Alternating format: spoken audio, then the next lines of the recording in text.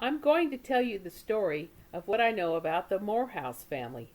That line comes into our family history on my mother's side with the Morehouse surname of my third great-grandmother, Cynthia Morehouse. I don't know why, but I feel a kinship to her every time I hear her name. And this past December, I got a family search notice that it was her 211th birthday. So I thought about her, looked up some information, and I pieced together this story to tell you today. The last name Morehouse is an ancient English surname and was a locational name.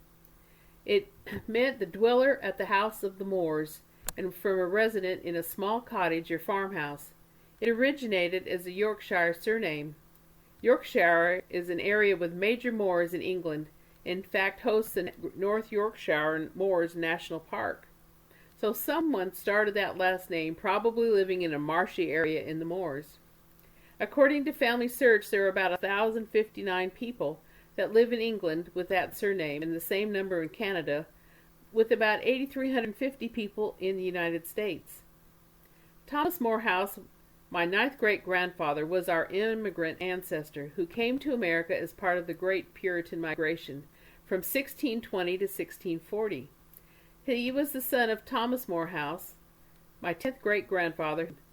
Thomas Morehouse is believed was the ancestor of all the Morehouses in America. His son Samuel was born in 1637 in Concord, Massachusetts, so we know that he was here then. In 1641 he moved to Stamford, Connecticut, and was one of the 29 original settlers of that town who purchased it from the New Haven colony. That land was previously bought from the Indians for 100 bushels of corn. The New Haven colony was a small English colony in North America from 1637 to 1664 in what is now the state of Connecticut. He owned a lot of property. In the first record of Stamford is found the following, quote, "The lands and housing now in possession of Thomas Morehouse are bounded and budded, with 2 dwelling houses, 2 barns and outhouses belonging hereunto, with 2 house lots containing 6 acres or more, or less, bounded by John Chapman on ye north, and every Sharon on ye south, budding ye highway on the west to the widow's estate." It also mentions 8 other pieces of land described in that record. In 1653 he moved to Fairfield, Connecticut, or the colony of Connecticut, and died there at Sasko Hill in 1658, leaving a widow, Isabel, probably a second wife, with 4 sons and 2 daughters. His will is dated 8th of August, 1658, in which he leaves 1/3 of his estate to his wife and gave a double portion to his eldest son Samuel, the homestead, a mill and mill lot which he was not to sell without the consent of the town, and he further distributes his estate among his sons John, Thomas, Jonathan, and daughters Mary and Anne. He mentions the daughter Hannah, to whom he'd already given a portion upon her marriage, probably her dowry.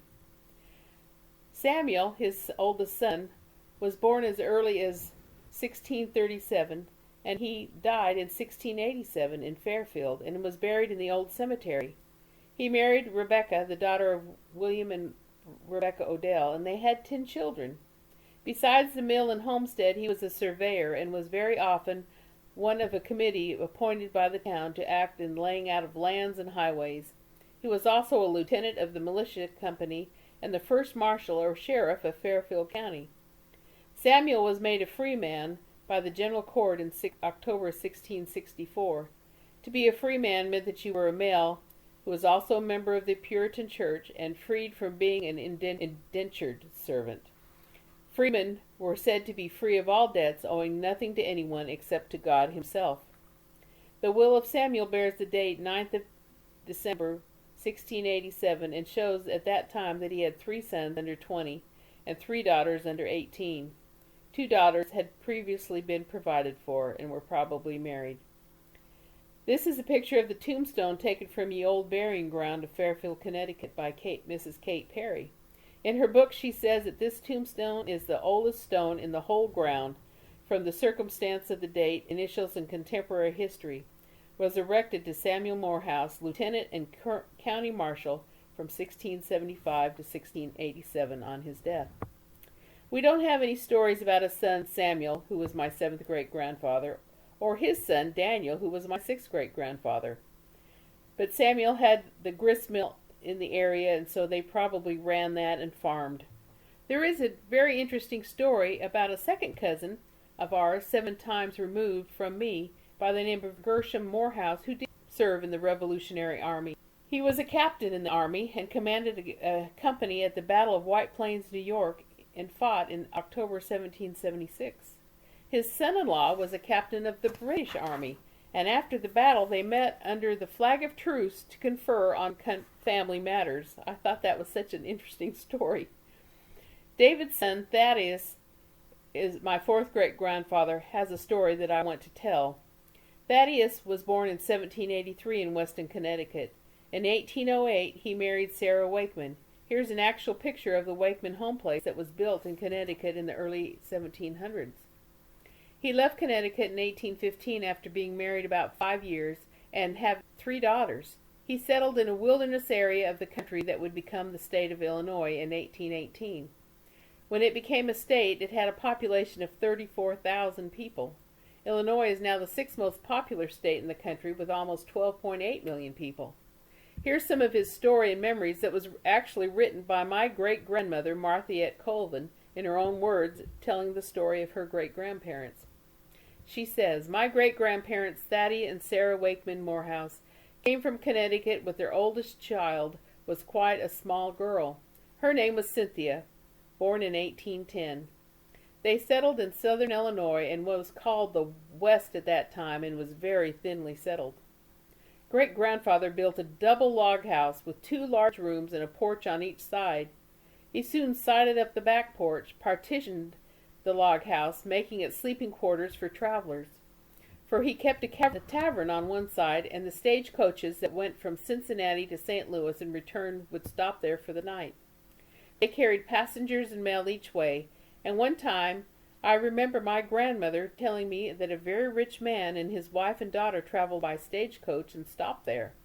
They had a Negro girl along to wait on them and care for their luggage. She was very bright and had traveled quite a lot and was an interesting talker. They stayed over for the next coach going their way. Thus my grandparents became quite wealthy, keeping the tavern. They raised a family of 3 girls, Cynthia, Sarah, and Philiana, and boys Daniel, David, Levi, Niall, and Thaddeus Jr. They lived in the home until great-grandma died, and then great-grandfather sold the farm. He always said that girls were not worth but $500, but the boys were worth $1,000. Cynthia said she worked with her mother, and being the oldest, worked in the house and outside harder than any of her brothers did. But when he sold the farm, he gave the girls $500 and the boys $1,000 each. A little town named Olney, Illinois, was started about a mile west of the tavern or homestead. Niall got his father to set him up in the mercantile business in the town. Richland County was formally organized as a county in 1841, and Olney was determined to be the county seat because of its location. The name of the town Olney was suggested by a judge who desired to honor one of his friends. It is known to be called the home of the white squirrel. 2 farmers saw and captured white squirrels about the same time one summer and had them on display in one of the stores in Olney. They later released them, and the white squirrels have populated the area ever since. Marthiette also tells a story about her grandmother, who was Cynthia Morehouse, and here's that story. My grandfather, Isaac Chauncy, came from Tennessee. He worked for a season for my grandfather, and then in May 1825 he married Cynthia Morehouse. They lived 1/2 mile from her former home. They too lived in a double log house, but in after years they built a 2-story frame house and lived in it quite a while before Grandpa died in 1868. Their first child was but a few months old and asleep on the bed when an Indian came to the house begging. Grandma was so frightened she ran out the door and went to her father's home 1/2 mile away. He and a brother returned with her, but the Indian was gone and the baby was unharmed. At that time Indians came through there to hunt, and it was a civilized tribe brought in from Ohio. There were many wild beasts and deer were plentiful in those days, but the Indians hurt no people, just scared housewives most to death. She goes on to say that when my grandma had 4 children, they raised flax. They'd stack it and remove the outer bark, and then through the process she would get thread and spin it in a little spinning wheel with the foot tread. She would take this thread and weave it into cloth and make garments for her four children. This cloth was called linen, and it wears well. She had no sewing machine, so she made their garments by hand. This cloth wears a long time, but she had to give up weaving after many years because they had 13 children, and she just did not have the time. The Chauncy family were all born on the Olney farm in the log house, which later was replaced by the two-story frame home. An obituary from the Olney Times dated August 13, 1902, tells about Cynthia Morehouse's life. It says, Mrs. Cynthia Chauncy died at the old Chauncy homestead last Thursday at the advanced age of 92. She was born December 17, 1810, and became a resident of this country and county when she was 5 years old. Her maiden name was Morehouse, a daughter of Thaddeus Morehouse, one of the oldest settlers of the county. Her husband, John Chauncy, whom she married at 15 years of age, was one of a few school teachers in this section at the time. They settled on the site of the old homestead where the deceased lived continuously for 77 years. He was also a farmer. Mr. Chauncy died many years ago, leaving a large family of 13 children, 7 of whom were under the watchful eye of their mother, who grew into manhood and womanhood in this vicinity and are quite honorable citizens, who enjoy the respect and esteem of the community, and were a comfort to her in her declining years. She was a bright and cheerful disposition, which, with the constant practice of Christian virtue, was the secret to her long and happy life. She leaves surviving her 7 children, 32 grandchildren, 51 great-grandchildren, and for a total of 90 descendants at that time in 1902. The funeral took place from the family residence at 2 o'clock on Thursday afternoon, and the funeral procession that followed the remains to the last resting place was one of the largest ever witnessed here. Her daughter, Mary Chauncy, moved to Nebraska and was Martha Colvin's mother, who told these stories.